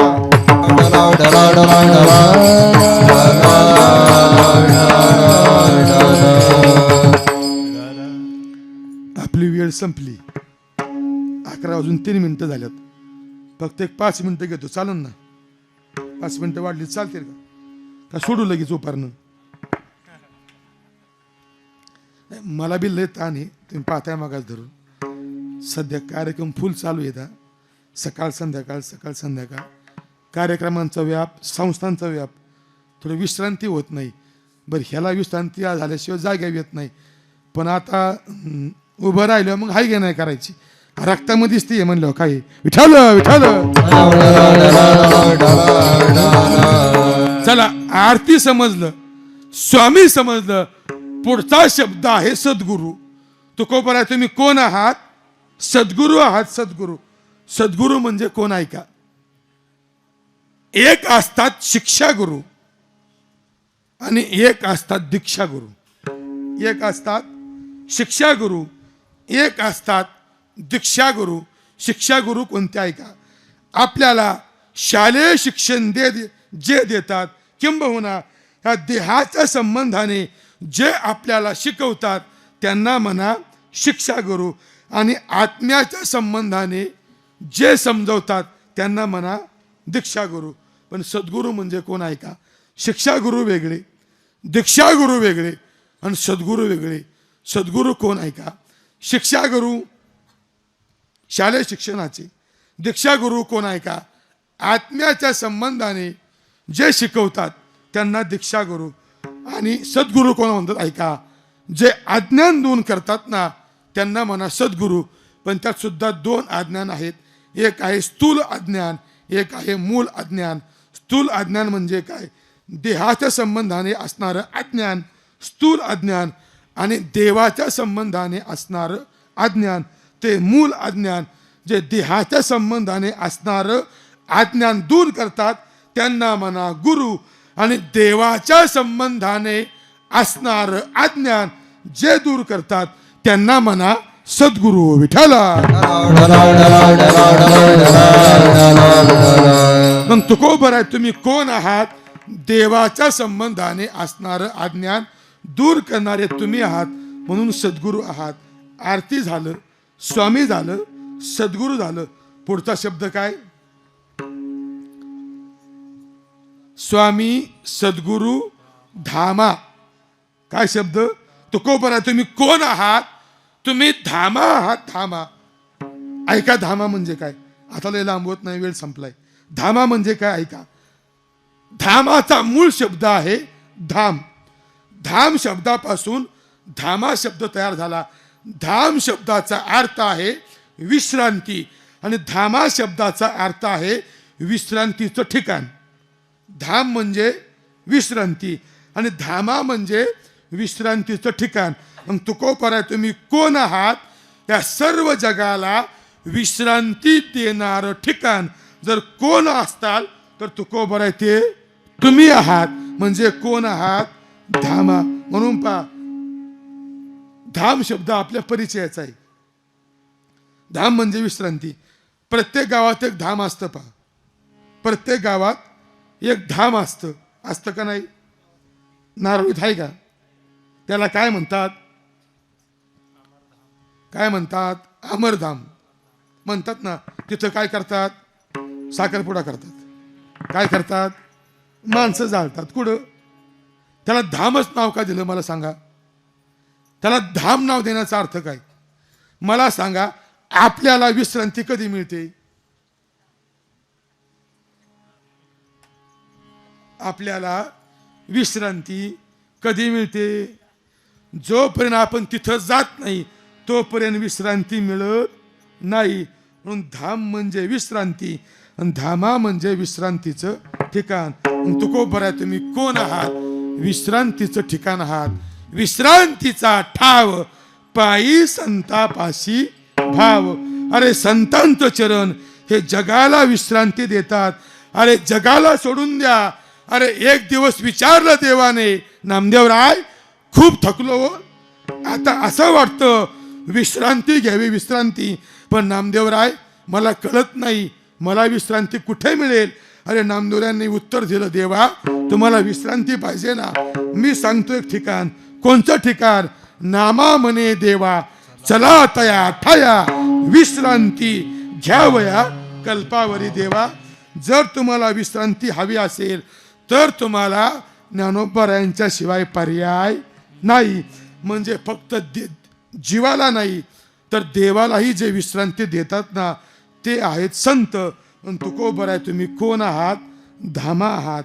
आरती तुकारामा, स्वामी, सद्गुरु, धामा. पुढचा शब्द आहे सच्चिदानंद मूर्ती. फक्त 3 मिनिटात या 3 शब्दांचा अर्थ आणि सेवेला पूर्णविराम. तुम्ही कोण आहात? तुम्ही सच्चिदानंद मूर्ती आहात. म्हणजे तुम्ही सद आहात, तुम्ही चिद आहात आणि तुम्ही आनंद आहात. मग सत म्हणजे काय? चित म्हणजे काय? आनंद म्हणजे काय? सत म्हणजे सत्य, चित म्हणजे ज्ञान स्वरूप आणि आनंद म्हणजे आनंद स्वरूप. मग तुकोबर आहे, तुम्ही सद आहात म्हणजे कोण आहात? तुम्ही सत्य आहात. तुम्ही चिद आहात म्हणजे तुम्ही कोण आहात? तुम्ही ज्ञान स्वरूप आहात. आणि तुकोबर आहे, तुम्ही आनंद आहात म्हणजे कोण आहात? तुम्ही आनंद स्वरूप आहात. आणि दुसरी संगती अशी लावा, तुम्ही सच्चित आहात म्हणजे कोण आहात? या जगात सत्य कोण आहे? तर तो फक्त देव आहे. सत्य कोण आहे? देव आहे. सत्य तू, सत्य तू, सत्य तू विठ्ठला. म्हणजे फक्त सत्य कोण आहे? देव आहे. ज्ञान स्वरूप कोण आहे? देव आहे. आणि आनंद स्वरूप कोण आहे? देव आहे. मग तुकोबर आहे, तुम्ही सच्चित आनंद आहात म्हणजे काय? सत्य असणाऱ्या देवाची प्राप्ती करून देणारे तुम्ही आहात म्हणून तुम्ही सद आहात. ज्ञान स्वरूप असणाऱ्या देवाची प्राप्ती करून देणारे तुम्ही आहात म्हणजे तुम्ही चित स्वरूप आहात. आणि आनंद स्वरूप असणाऱ्या देवाची प्राप्ती करून देणारे तुम्ही आहात. म्हणून तुम्ही कोण आहात? आनंद आहात. म्हणून तुम्ही कोण आहात? सच्चिदानंद मूर्ती. आरती तुकारामा स्वामी सद्गुरु धामा. सच्चिदानंद मूर्ती तुकोबाराय, तुम्ही सद आहात, चिद आहात, आनंद आहात, तुम्ही धामा आहात, तुम्ही सद्गुरू आहात, तुम्ही स्वामी आहात. म्हणून मला तुमची आरती करायची. मग काय करा? माझ्या अंतकरणातील श्रद्धा, प्रेम, शरणांगती तुमच्या चरणावर समर्पित करायची. म्हणून काय करा? पाय दाखवी आम्हा विठोबा. रखुमाई विठोबा रखुमाई विठोबा रखुमाई रखुमाई विठोबा रखुमाई विठोबा रखुमाई विठोबा रखुमाई विठोबा रखुमाई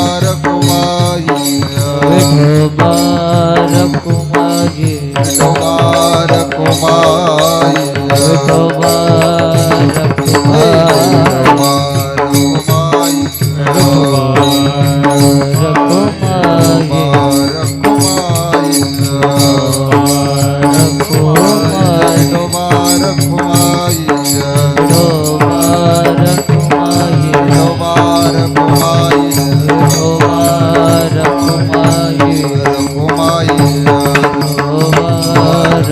ज्ञानेश्वर माऊली ज्ञानराज माऊली तुकाराम माऊली ज्ञानेश्वर माऊली ज्ञानराज माऊली तुकाराम ज्ञानेश्वर माऊली धनराज माऊली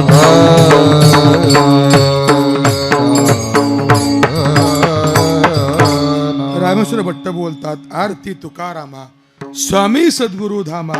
सच्चिदानंद मूर्ती पाय दाखवी आम्हा. आपली वेळ संपली. अजून पुढची 2 चरण शिल्लक घेता. आपण फक्त पहिल्या चरणाचा विचार केला. मी तुमची आरती करतो. का आरती करतो? काय तुकोबारायांचा अधिकार? राघवे सागरात पाषाण तारिले, तैसे तुकोबाने अभंग रक्षिले. म्हणून आरती तुकारामा. का तुकोबारांची आरती करता? तुकिता तुलनेशी ब्रह्म तुकाशी आले, म्हणून रामेश्वरे चरणी मस्तक ठेविले. म्हणून आरती तुकारामा. रामेश्वर भट्ट बाघोलीकर यांचा गोड असा अभंग आजच्या या चिंतन सेवेकरता निवडला होता. संपूर्ण अभंगाचा विचार आपल्या वेळेत झाला नाही. आपण फक्त पहिल्या चरणाचा विचार केला. त्यातले आपण पहिले 4-5 शब्द पाहिले. आरती म्हणजे काय? स्वामी म्हणजे काय? सद्गुरू म्हणजे काय? धामा म्हणजे काय? सच्चिदानंद मूर्ती म्हणजे काय? खूप विस्तृत चिंतन आहे या आरतीवरती. 8 दिवस जरी बोललं तरी ही आरती पूर्ण पारायण 16 म्हणतं 16चं असणार हे 26वं वर्ष. म्हणजे 2 तपाची पूर्णता करून आता 3ऱ्या तपाकडे वाटचाल करणारा आपला हा नामसन कीर्तन महोत्सव. आणि या महोत्सवातील आजची ही जवळजवळ 4थ्या दिवसाची चिंतनरूपी सेवा सर्व ग्रामस्थांच्या आज्ञेने माझ्याकडे आली. ही सेवा करत असताना आपण सर्व भाविक मंडळी, महिला वर्ग असेल, पुरुष वर्ग असेल, आपणा सर्वांना धन्यवाद देतो. उपस्थित सर्व भजनी मंडळ, त्यामध्ये समस्त ग्रामस्थ भजनी मंडळ, नारोळी असेल, सर्व ही लहान मुलं असतील, त्या सर्वांना धन्यवाद देतो. उपस्थित ज्यांनी सुंदर अशी गायनाची साथ केली ती हरिभक्त परायण गायनाचार्य युवा कीर्तनकार आनंदजी महाराज हणगर असतील, हरिभक्त परायण दत्ता महाराज कुतळवा असतील, हरिभक्त परायण चौधरी महाराज असतील, हरिभक्त परायण आमचे दाजी सचिन महाराज असतील, इकडे नाना आहेत, बाकीचे आपले सर्व ग्रामस्थ भजनी मंडळ त्यांनी हार्मोनियमची साथ केली ते हरिभक्त परायण चुंद महाराज असतील, आणि मृदंगाची साथ केली ते हरिभक्त परायण गणेश महाराज असतील. त्यांचं आज सौजन्य आहे ते आपले चोपदार. न खरंच चोपदार सोपतात, तसं चोपदार महाराजसारखं दिसायला लागले ना. त्यांचं सौजन्य त्या संबंधाने परिसरातील आली सर्व मंडळी. मग समोर आपली दंडवाडी भजनी मंडळ बसलंय, इकडं सुप्याचं सावतावाडी भजनी मंडळ असेल. आपण सर्व मंडळी गेली 26 वर्ष आपण हा नामसन कीर्तन अखंडपणे चालू ठेवत आहे. तुम्हा सर्वांना धन्यवाद देतो. अतिशय भव्य आणि सुंदर नियोजन आहे. या नियोजनामध्ये आजची ही 4थ्या दिवसाची चिंतन सेवा आपणा सर्वांच्या वतीने चंदू महाराजांनी फोन केला. बऱ्याच दिवसापूर्वी सेवा घेतली, सेवेला येण्याचा योग आला. सध्या रोज कार्यक्रम चालू आहेत, त्यामुळे धावपळ भरपूर आहे, त्यामुळे आवाज थोडा बसलाय आणि जास्त बसलाय, कारण सकाळ संध्याकाळ तेच चालल्यामुळे त्यालाही आराम नाही. परंतु जशी या आवाजाने साथ दिली तर सेवा करण्याचा प्रयत्न केला. पुन्हा एकदा झालेली चिंतनरूपी सेवा, ज्यांच्या कृपा आशीर्वादाने या गादीवर उभं राहण्याची योग्यता आणि अधिकार प्राप्त झाला, तर वैकुंठवासी श्री गुरु सुरेशजी महाराज साठे यांच्या चरणावरती ही सेवा समर्पित. ज्यांचं हे रेकॉर्डिंगचं कार्य चाललं ते आमचे सन्मित्र असणारे आमिर शेठ, ते तेच म्हणले महाराज मागाशी तुम्ही थोड्या रील बिल काढीत जा, फोटो काढीत जा.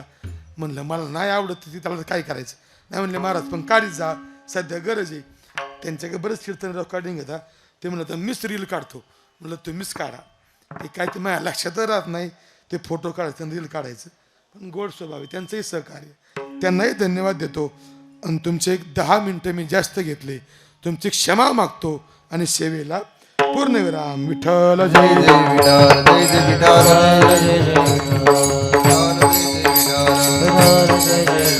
बोलिले ले कोरे वेडे वाकोडे उतरे राजमा